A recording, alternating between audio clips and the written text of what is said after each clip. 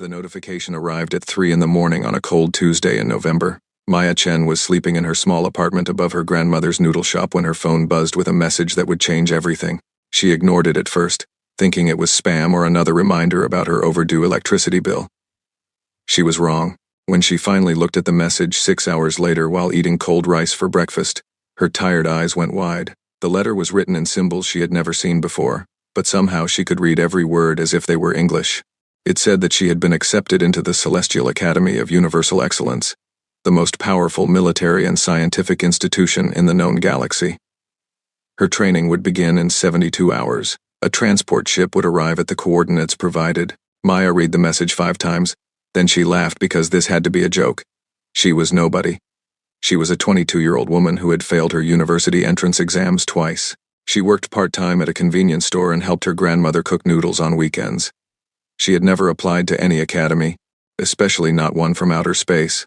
The whole thing was obviously fake, but the coordinates led to the empty parking lot behind the abandoned factory at the edge of town.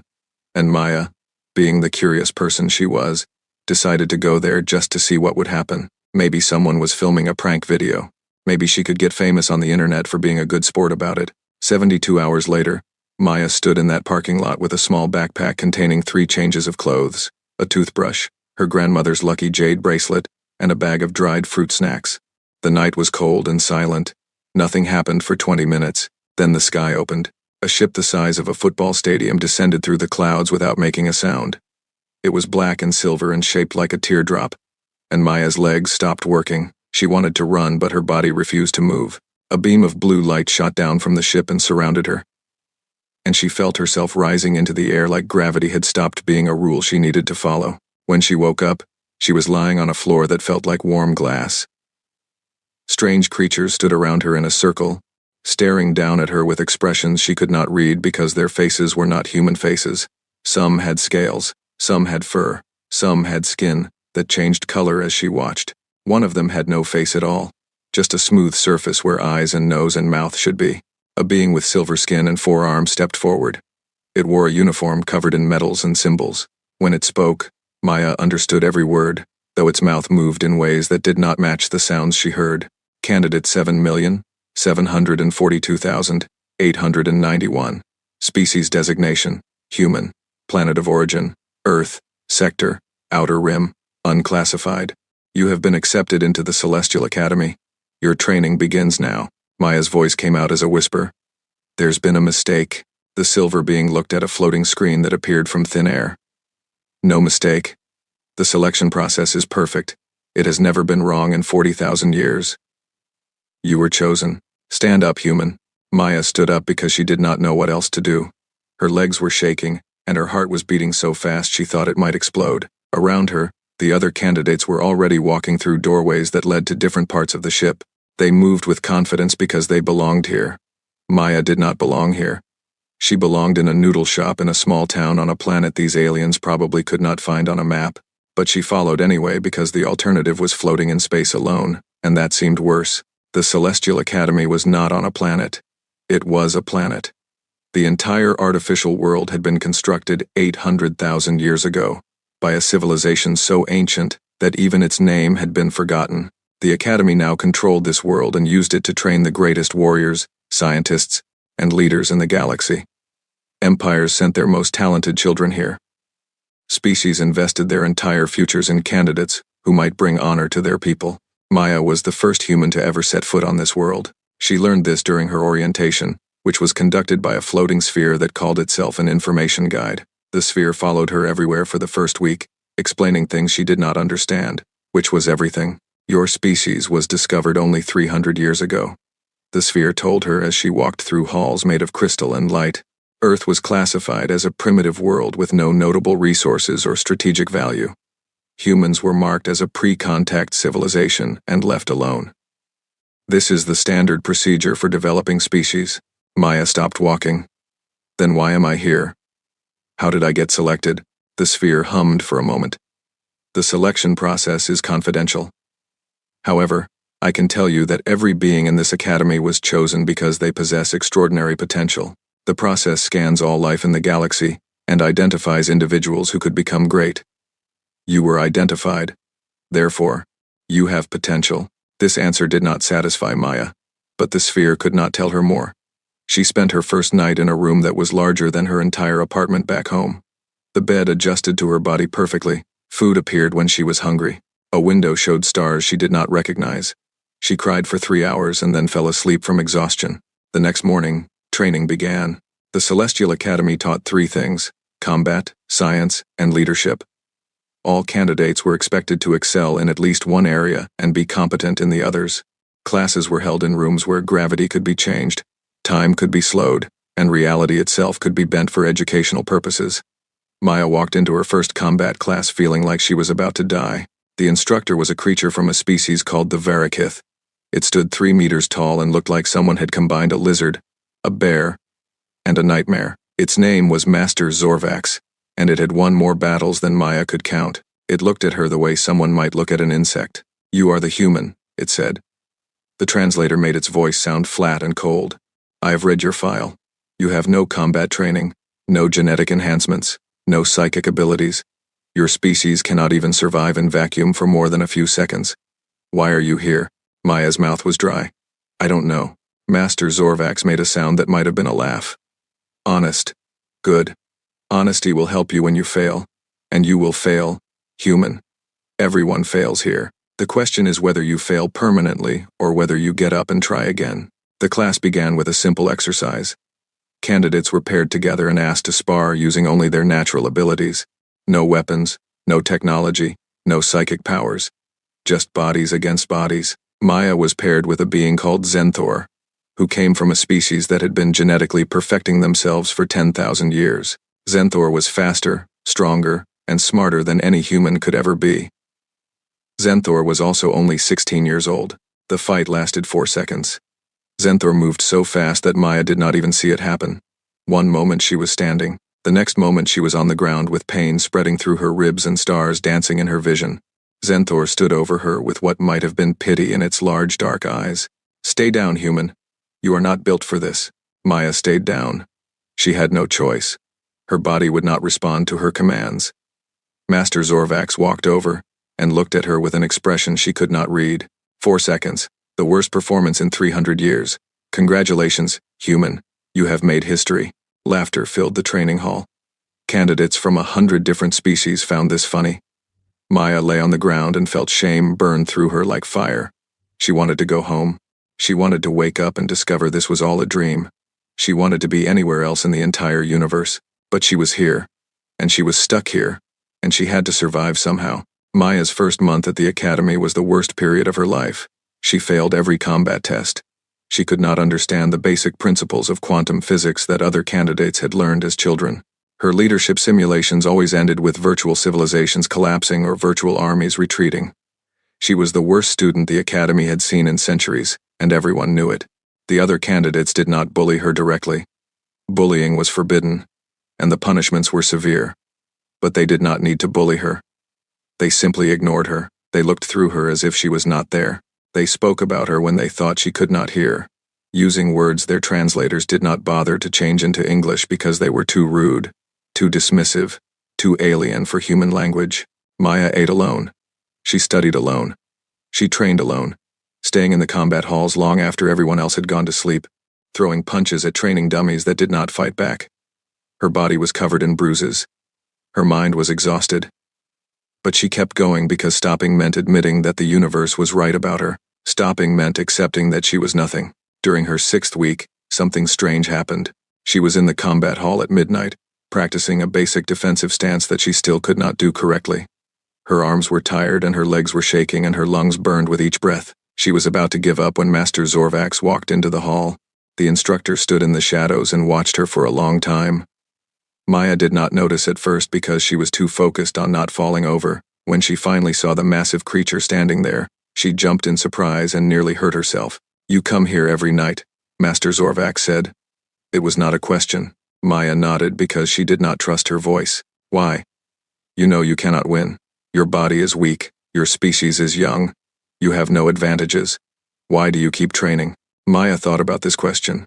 She had asked herself the same thing many times. The answer was simple but hard to say out loud. She said it anyway, because giving up feels worse than losing. Master Zorvax was silent for a long time. Then it stepped into the light and did something Maya did not expect. It bowed to her. Not a deep bow. Not the bow of respect that warriors gave each other before combat, just a small inclination of its massive head, but it meant something. Your species is interesting, human.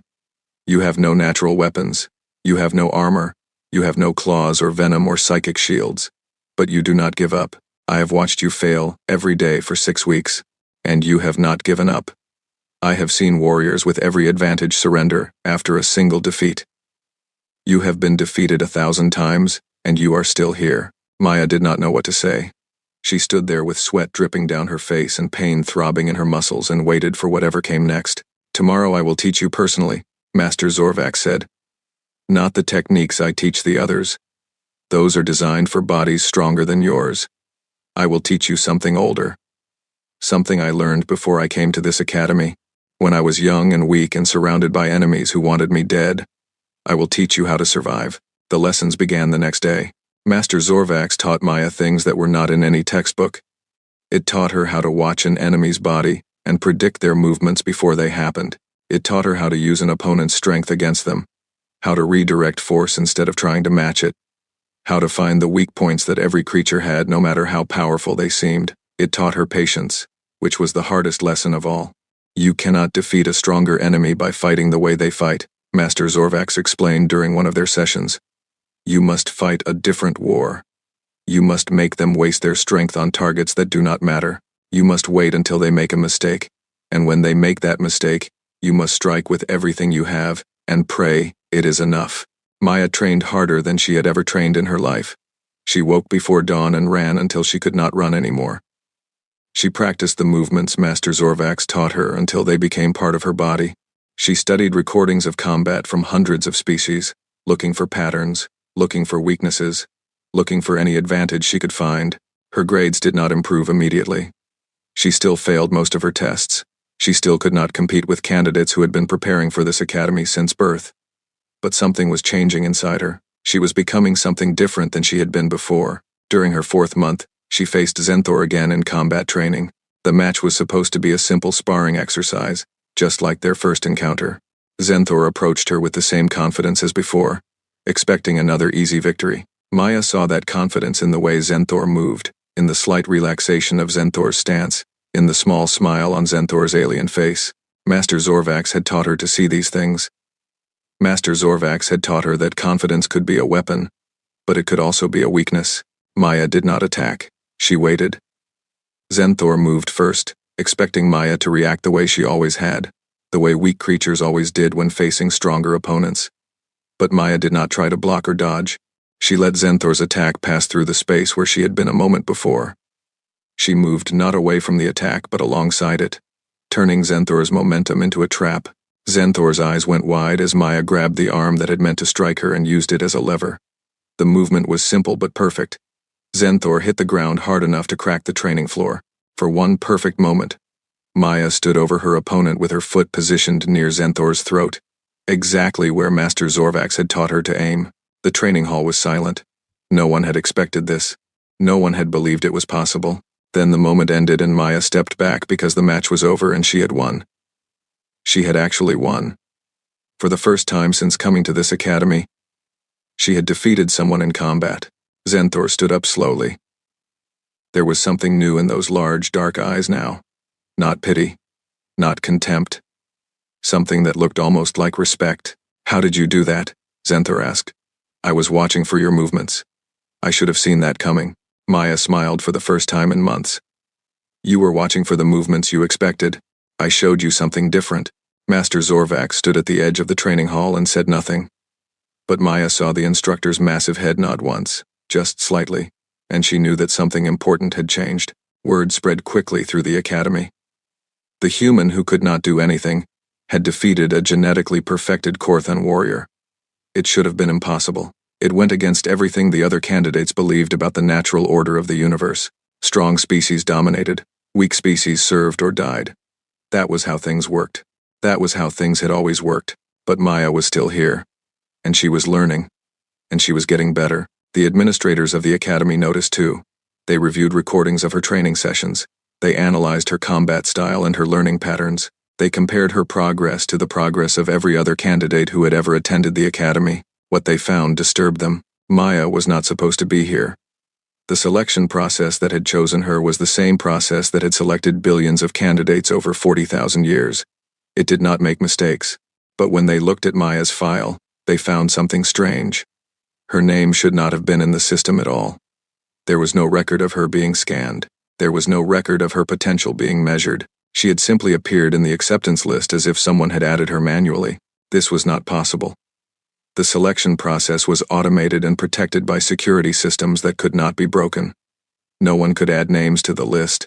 No one could change the results. The process was sacred and perfect and incorruptible. Yet here was Maya Chen, a human from a primitive world. A candidate who should not exist. The administrators decided to watch her more closely. They assigned hidden observers to follow her movements.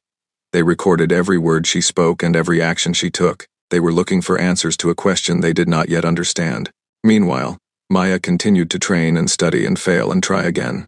She did not know that she was being watched. She did not know that her presence at the academy was impossible.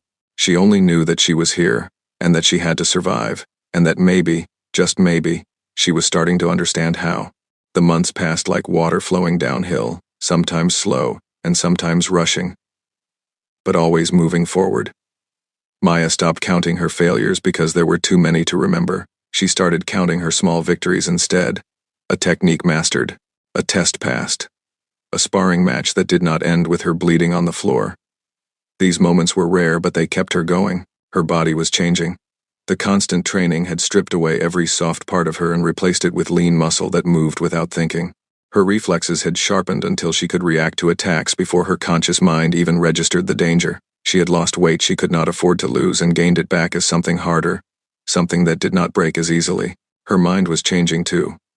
The Academy's education covered subjects that human scientists had not even imagined yet. Quantum mechanics was just the beginning. She learned about dimensions that folded into each other like paper. She learned about energy states that existed outside normal space. She learned about technologies that could reshape matter at the atomic level and weapons that could destroy stars. Most of it was too complex for her to truly understand. But she absorbed what she could and faked understanding of the rest. The other candidates had stopped ignoring her. Her victory against Zenthor had earned her something that felt almost like respect, though it came with suspicion and curiosity that made her uncomfortable. Some candidates approached her to ask about her training methods. Others challenged her to matches, wanting to test themselves against the strange human who kept refusing to fail properly. Maya accepted every challenge. She won some and lost most, but each fight taught her something new. She learned to read body language across species that communicated in completely different ways.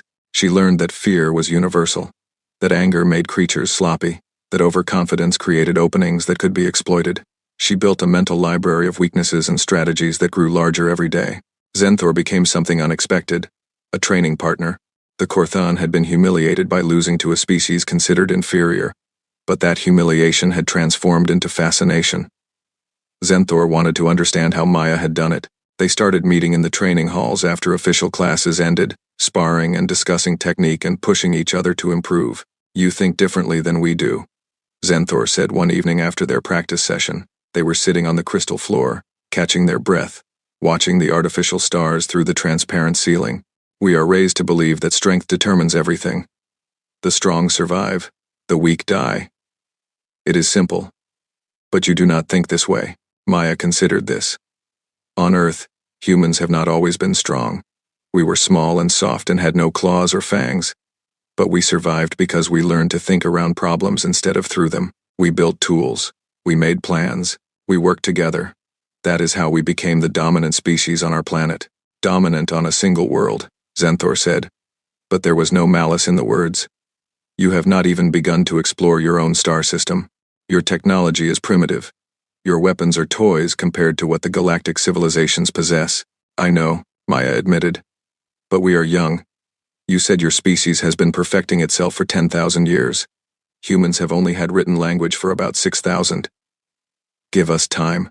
Zenthor made a sound that the translator interpreted as laughter. "I do not think the universe will give you that time, human. Other species see Earth and see resources to be claimed. Your world is protected only by the galactic laws that prevent exploitation of pre-contact civilizations. But those laws can change. They have changed before. This thought kept Maya awake at night. She had come to understand how small and vulnerable Earth truly was. Her home planet floated in a vast ocean of stars filled with civilizations that had been traveling between worlds when humans were still learning to make fire. If those civilizations decided that Earth had value, there would be nothing to stop them from taking it. She pushed these fears down and focused on her training. She could not save Earth by worrying. She could only save Earth by becoming strong enough to matter. During her 7th month at the academy, Maya discovered something that changed everything. She was studying late in the library, which was a room the size of a city that contained all the knowledge accumulated by galactic civilization. Information floated through the air as holographic displays that responded to thought. Maya had been searching for historical records of other species that had risen quickly from primitive origins, hoping to find strategies that humans could use. Instead, she found a restricted file about the selection process. The file should not have been accessible to her. It was locked behind security protocols that only senior administrators could bypass. But when Maya reached for it, the security simply opened. She did not know why. She did not question it. She read, "The selection process was not just an automated system. It was a living intelligence, an artificial mind older than most civilizations, created by the same ancient beings who had built the Academy world. This mind watched all life in the galaxy. It observed trillions of creatures across millions of worlds, and sometimes, rarely, it reached out and touched someone with potential. But Maya had not been touched. The record showed no scan of Earth, no analysis of her potential, nothing that would explain her presence at the Academy. Her file simply existed, appearing in the system without origin or explanation. There was a note attached to her file. It was written in a language the translator could not process. Maya stared at the symbols for a long time, and slowly, impossibly, they began to make sense. "She will be the bridge," the note said. "When the darkness comes, she will stand at the center." This is not a prediction. This is a requirement. Maya did not understand what this meant. She saved a copy of the file to her personal device and continued her research with trembling hands. Something was happening.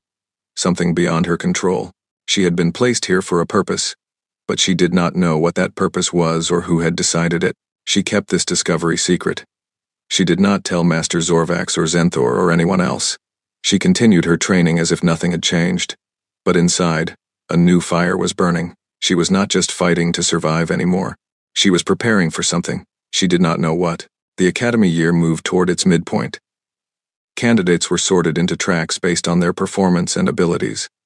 Most went into specialized programs that would train them to be soldiers or scientists or diplomats. The best candidates were selected for the elite program, which produced the leaders who would shape galactic civilization for generations. Maya was placed in the general program, which was the track for candidates who showed no exceptional talent in any area. It was where failures went to complete their training without embarrassing the academy. The other general program candidates were a mixed group. Some had given up, some were simply average, and some had specific problems that prevented them from excelling elsewhere. Maya did not care about the classification. She trained just as hard in the general program as she would have trained anywhere else.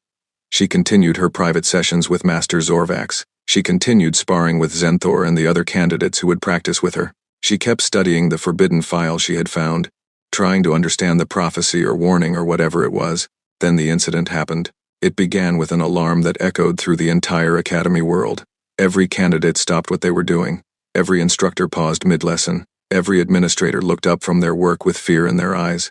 This alarm had not sounded in over 2,000 years. The academy was under attack. Maya was in the training hall when the announcement came.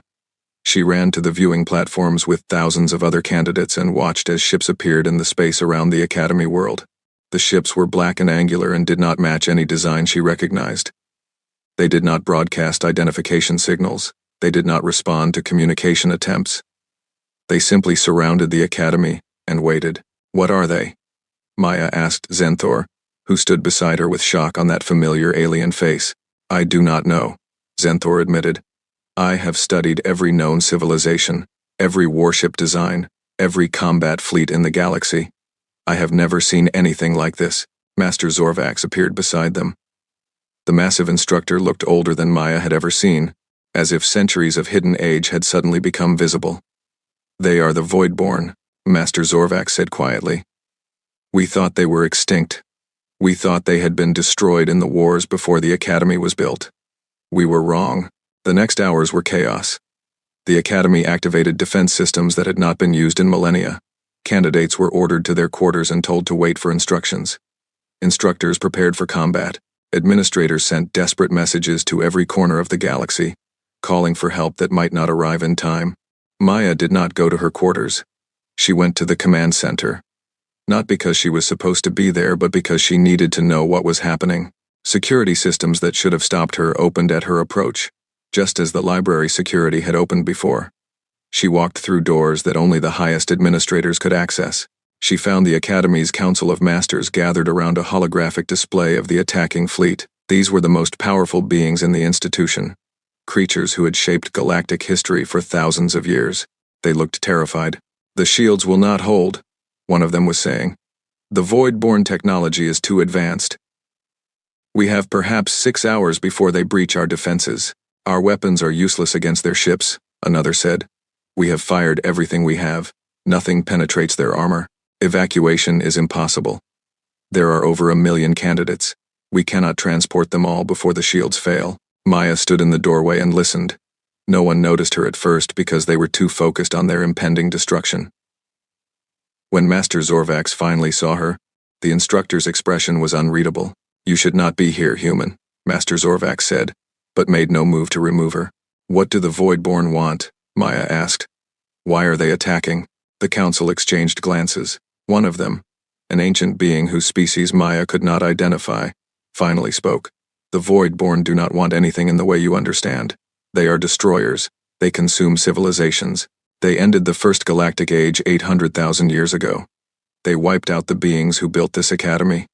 We thought they were gone. We thought we were safe.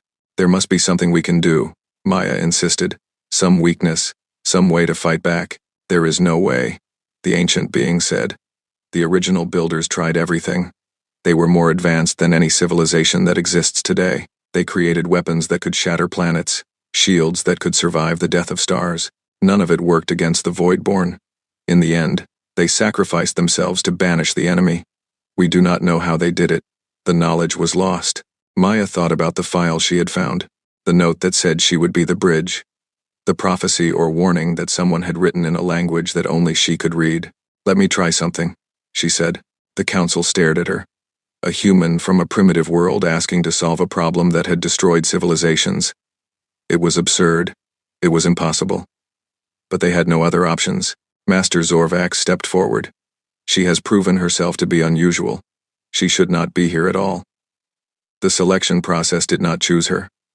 Something else did. Perhaps we should listen to what she has to say." Maya did not have a plan. She only had an instinct, a feeling deep in her chest that told her she could do something. She remembered the note from the file. She will be the bridge. When the darkness comes, she will stand at the center. "I need access to the original builder's archives," Maya said. "Everything you have from before the Void-born were banished. I need to see it." The ancient council member made a gesture and a holographic interface appeared before Maya. "The archives are here. But they are damaged and incomplete. We have spent thousands of years trying to understand them. What do you expect to find that we could not?" Maya did not answer. She touched the interface and closed her eyes, letting the information flow into her mind. It was too much data for any normal brain to process. It should have overwhelmed her, broken her, driven her mad. Instead, she felt something click into place deep inside her consciousness. She saw the original builders. She saw what they had created and why. She saw the Void-born as they truly were, not invaders from space but something older and stranger. She saw the sacrifice that had banished them and the price that had been paid, and she saw what needed to be done now. When she opened her eyes, 3 hours had passed. The shields were failing. The Void-born ships were moving closer. The candidates were panicking. The instructors were preparing for a final battle they could not win. "I know what to do," Maya said. The council turned to her. In their eyes, she saw desperation and hope and fear mixed together. They did not believe a human could save them. But they had nothing else. "The Void-born are not from our dimension," Maya explained, speaking quickly because there was no time. "They come from a place between realities, a space that touches all universes. The original builders could not destroy them, Because you cannot destroy something that does not exist in our reality, but they could be sent back. The builders created a device that opened a door to the Voidborn's home and pushed them through. That device still exists. It is built into the core of this world. We know about the device, the ancient council member said. We have tried to activate it. It requires a key that was destroyed when the builders sacrificed themselves. Not destroyed, Maya said. Hidden. The key is not an object. The key is a person, someone who can connect to all realities at once, someone who can serve as a bridge between dimensions. Understanding dawned on the council's faces. Master Zorvax stepped forward with something like horror in those alien eyes. You. The selection process did not choose you. The builders did. They placed you here for this moment. Maya nodded slowly. I think so. I do not understand how, but I think I was created for this. Or changed. Or something else I cannot explain. But I can feel the device calling to me. I can feel the door waiting to be opened. If you connect to the device, you could die, the ancient council member warned. The original builders who served as keys did not survive. Their minds were destroyed by contact with the space between realities. Maya thought about Earth. She thought about her grandmother and the noodle shop and the cold rice she had eaten on that morning when everything changed. She thought about all the humans who had never seen the stars and never would if the Voidborn destroyed this academy and moved on to consume the rest of the galaxy. Then I die, she said. But maybe I can take the Voidborn with me. The council did not argue. There was no time for arguments. They led Maya to the core of the academy world, a chamber that had not been opened in 800,000 years. The walls were covered in the same symbols that only Maya could read. The floor was made of something that felt alive under her feet. In the center of the chamber stood a pillar of light that reached up into infinity. Maya walked toward the pillar. With each step, she felt more of her old self falling away. The girl who had failed her university exams. The woman who worked at a convenience store. The candidate who could not keep up with her classmates. All of it was becoming distant. Like memories of someone else's life. She reached out and touched the light. The universe exploded inside her mind. She felt every dimension at once, every possible reality overlapping and intersecting in patterns too complex for words. She felt the void born as a cold emptiness pressing against the walls of existence. She felt the academy and everyone in it as bright sparks of life floating in an ocean of darkness. She felt herself stretching, expanding, becoming something larger than a single human consciousness. And she felt the door. It was old and massive and beautiful. It had been waiting for 800,000 years for someone to open it. Maya gathered all her strength, all her will, all the stubborn refusal to give up that had kept her going through every failure and every defeat. She pushed against the door. It resisted. The Voidborn felt what she was doing and screamed across dimensions, their ships accelerating toward the academy in a desperate attempt to stop her. But Maya did not stop. She could not stop. She was the key, and she was the bridge, and she was doing exactly what she had been created to do. The door opened. Light poured through the academy world. The Voidborn ships froze in space, their cold intelligence suddenly recognizing what was happening. Then they began to move toward the door. Not by choice, but because the door was pulling them home. Maya felt her mind starting to break. The strain was too great. Human consciousness was not designed for this. But she held on, forcing the door to stay open until every Voidborn had been pulled through, until the last of their ships disappeared into the space between realities. Then the door closed, and Maya fell. The darkness lasted for what felt like forever. Maya floated in a space without form or meaning, aware that she existed but unsure of what she was. Memories drifted past like leaves on water, her grandmother teaching her to fold dumplings, the smell of rain on concrete, the weight of failure pressing down on her chest during exam season, the feeling of hitting the ground after Zenthor threw her that first time, the look in Master Zorvax's eyes when she finally won a fight. She tried to hold on to these memories. They felt important. They felt like pieces of a puzzle that made up who she was. But they kept slipping away, dissolving into the emptiness around her. Then a voice spoke from somewhere and everywhere at once. You are still here. Interesting. Maya did not know how to respond. She had no mouth, no body, no physical form. She existed only as a point of awareness in an infinite void. The others did not survive, the voice continued. The original builders who served as keys.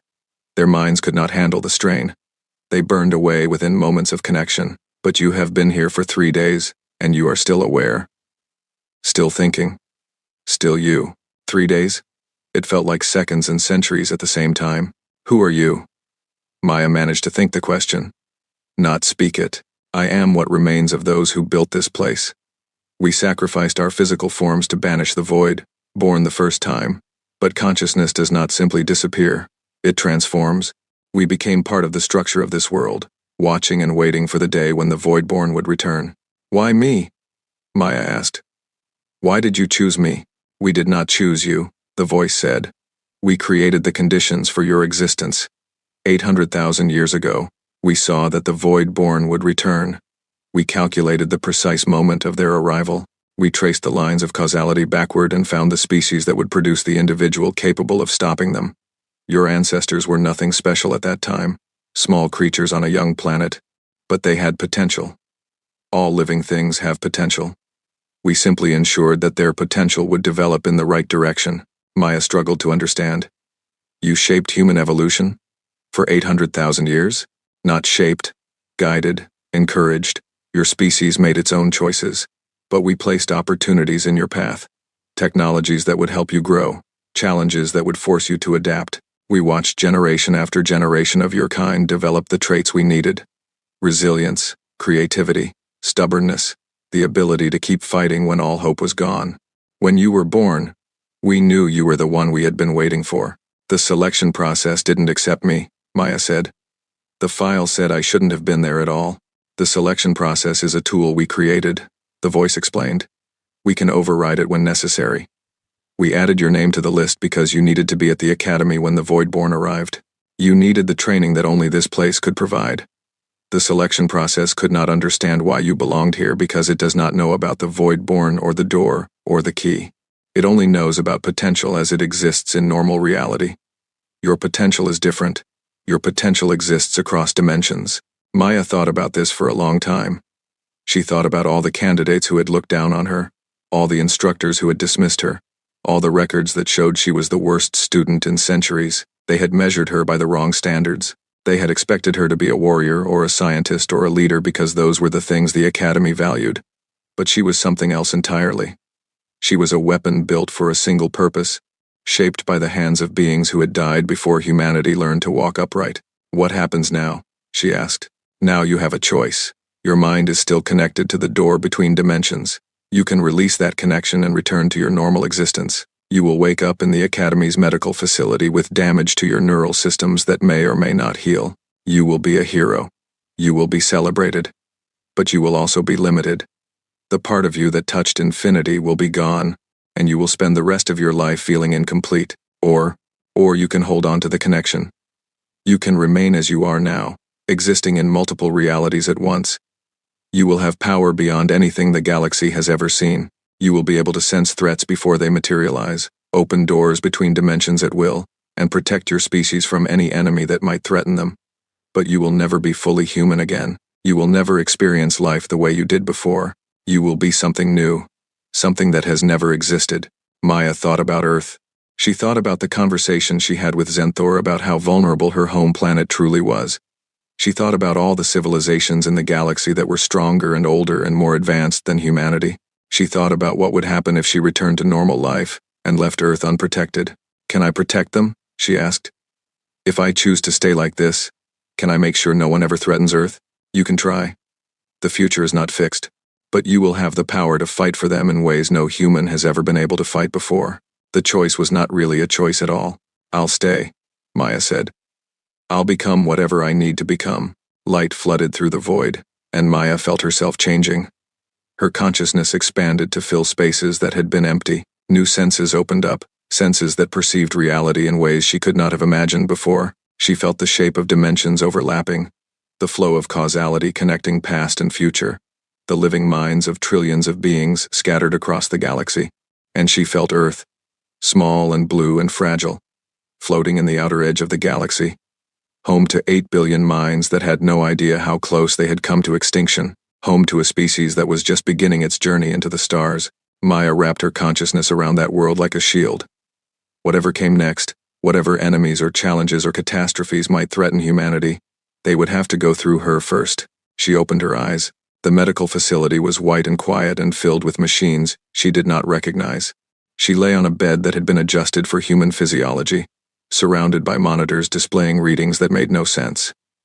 Master Zorvac stood beside her bed, looking older and more tired than she had ever seen. "You survived," the instructor said. The words were flat, almost disbelieving. "I did more than survive," Maya replied. Her voice sounded different, deeper, more resonant, as if multiple versions of herself were speaking at once. Master Zorvac studied her with those ancient eyes. "The Council felt it when you made your choice. They felt your consciousness expand across dimensions. They are afraid of you now. They do not know what you have become or what you might do." "I am not going to hurt anyone," Maya said. "I am going to protect people. That's all I've ever wanted to do." "I believe you," Master Zorvac said. "But belief is not enough for the Council. They want to study you. They want to understand what you are. They want to make sure you are not a threat." Maya sat up slowly. Her body felt strange, as if it was only partially real, as if parts of her existed in places that could not be seen. She flexed her fingers and watched reality ripple slightly around them. "Tell the Council that I am happy to speak with them," she said. "But I am not staying here to be studied. I have things to do." "What things?" Maya smiled, and in that smile was something vast and ancient and new all at once. "I am going to show the galaxy what humans are capable of. I am going to make sure that no one ever underestimates my species again." The Council summoned her that afternoon. They gathered in a chamber designed to project power and authority, with seats arranged in a circle around a central platform where the person being judged would stand. Maya walked to that platform without fear because she could feel the minds of every council member, could sense their thoughts and fears and hopes without even trying. "You have changed," the ancient council member said. "We can feel it. You are no longer what you were when you came to this academy." "I was never what you thought I was," Maya replied. "You saw a weak human from a primitive world. You saw someone who should not have been here. But I was placed here by the beings who built this academy, shaped over 800,000 years to become the key that would save you all. You were looking at a miracle and you thought you were looking at a mistake." Silence filled the chamber. The council members exchanged glances filled with uncertainty. "What do you want?" one of them finally asked. "You have power now, power that we cannot match. You could make demands. You could take control of this academy, this world, perhaps the entire galaxy. What is your intention?" Maya thought about this question carefully. She had imagined many things during her months at the academy. Revenge against those who had mocked her. Recognition from those who had dismissed her. Power over those who had made her feel small. But now that she actually had the ability to take all of these things, she found that she did not want them. "I want humanity to have a place in the galaxy," she said. "A real place. Not the forgotten corner where you put pre-contact civilizations and hope they do not cause problems. I want Earth to be recognized as a member of galactic society. I want humans to have access to the knowledge and technology and opportunities that other species take for granted. I want my people to be given a chance to prove what they can become. And if we refuse?" Maya let her consciousness expand just slightly, enough for the council to feel the edges of what she had become. She did not threaten. She did not need to threaten. The simple demonstration of her power was enough to make every council member understand that refusal was not really an option. "I do not think you will refuse," she said quietly. "I think you will recognize that humanity has earned its place through me. I saved this academy. I saved everyone here. The least you can do is give my species a chance."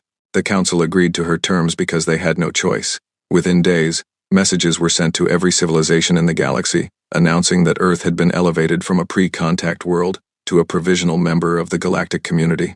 Human ambassadors would be welcomed. Human scientists would be given access to knowledge repositories. Human traders would be allowed to participate in interstellar commerce. The quarantine that had kept humanity isolated for 300 years was over. News reached Earth 2 weeks later. Maya watched from the academy as her home planet responded with confusion, then fear, then excitement. Religious leaders debated what it meant. Politicians argued about how to proceed. Scientists demanded access to the alien technologies that had suddenly become available. Ordinary people looked up at the stars and realized for the first time that they were not alone. Maya returned to Earth at the end of her first year at the academy. She traveled in a personal ship that had been given to her by the council, a vessel so advanced that human engineers would spend years trying to understand its basic systems. She descended through the atmosphere and landed in the parking lot behind the abandoned factory where her journey had begun. Her grandmother was waiting for her. The old woman looked smaller than Maya remembered, her hair more gray, her back more bent. But her eyes were the same, sharp and bright and full of the stubbornness that Maya had inherited. "You look different," her grandmother said in Mandarin. "I am different," Maya replied in the same language. "I went through some things. I saw you on the news feeds. They say you saved the galaxy." "The news feeds exaggerate." Her grandmother made a sound that was half laugh and half dismissal. "Do not be modest. I raised you better than that. If you saved the galaxy, you should be proud of it." They walked together through streets that Maya barely recognized. So much had changed in the year she had been gone. Alien technologies were starting to appear everywhere. New buildings were being constructed using methods that human engineers were only beginning to understand. People walked with devices in their hands that could access the entirety of galactic knowledge. The world was transforming before her eyes. "Are you staying?" her grandmother asked as they approached the noodle shop. Maya thought about her duties at the academy, her responsibilities to the council, her role as the bridge between dimensions. She thought about the enemies that might still threaten humanity and the dangers that lurked in the spaces between realities. She thought about all the reasons why she should not stay, why she could not stay, why her life was no longer small enough to fit in a noodle shop in a forgotten town. "For a little while," she said. "I need to remember where I came from." They ate noodles together that night, sitting in the kitchen where Maya had grown up. The food tasted exactly as she remembered, rich and warm and filled with love. Her grandmother told her stories about the customers who had come and gone, the neighbors who had asked about her, the changes that had swept through the town since the galaxy came to Earth. "You are not human anymore," her grandmother said eventually. "I can see it in your eyes. You have become something else." "Part of me is still human," Maya said. "The part that loves you. The part that loves this place. I will always keep that part, no matter what else I become." Her grandmother reached across the table and took her hand. The old woman's fingers were rough from decades of work, but her grip was gentle. "Then that is enough. You go and do what you need to do. Protect the galaxy. Save civilizations. But remember to come home sometimes. Remember that you still have family here, who loves you." Maya promised that she would, and she meant it. She returned to the academy the following week. The council had prepared a special position for her, a role that had never existed before. She would be the guardian of the threshold, responsible for monitoring the space between dimensions and ensuring that the Voidborn could never return. She would be the first line of defense against threats that other civilizations could not even perceive. But she was also something more. She was proof that humans could stand among the greatest beings in the galaxy. She was evidence that a species dismissed as primitive and unimportant could produce individuals of extraordinary power. She was the beginning of a new chapter in human history. Other humans began arriving at the academy in the years that followed. They were chosen through the standard selection process now, identified as candidates with genuine potential. They struggled just as Maya had struggled. They failed just as she had failed. But they had something that she had not possessed when she first arrived: hope. They knew that a human had succeeded here before. They knew that the galaxy's assessment of humanity was wrong. Maya watched them grow and learn and become strong. She mentored some of them personally, teaching the lessons that Master Zorvax had taught her. She pushed them to be better than they thought they could be. She refused to let them give up. "Why do you care so much?" one of the new candidates asked her after a particularly brutal training session. "You could be anywhere in the galaxy. You have more power than any of us will ever have. Why do you spend your time teaching us?" Maya thought about the question. She thought about her first day at the academy, lying on the ground after Zenthor had defeated her in 4 seconds. She thought about the shame and the loneliness, and the desperate determination that had kept her going when everyone expected her to fail. "Because someone did the same for me," she finally said. "Because I know what it feels like to be the weakest person in the room. And because I believe that every human who comes here deserves the chance to prove that they belong." The candidate looked at her with something like understanding. Then they got back up and continued training.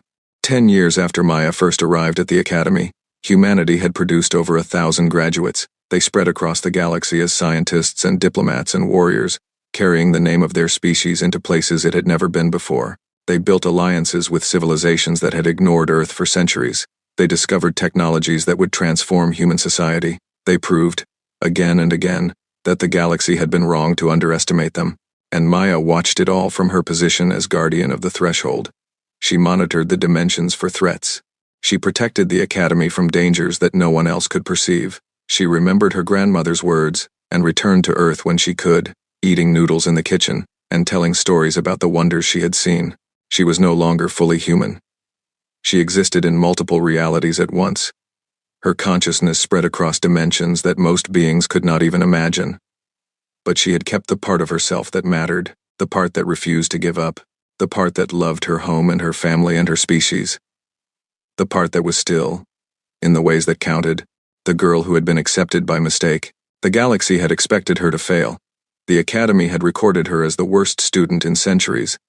The other candidates had dismissed her as a primitive creature who did not belong, but Maya Chen had proven them all wrong. She had become a miracle. And she was just the beginning. Far across the galaxy, on a small blue planet at the edge of known space, new generations of humans were being born. They would grow up in a world that knew about the stars, that understood its place in a vast and ancient universe. Some of them would come to the Academy. Some would become warriors or scientists or leaders. Some would discover powers and abilities that no one could predict. And they would all carry with them the legacy of the girl who had been accepted by mistake, the girl who had refused to give up, the girl who had saved the galaxy and opened the door for her entire species to walk through. The story of humanity among the stars had only just begun, and it was going to be magnificent.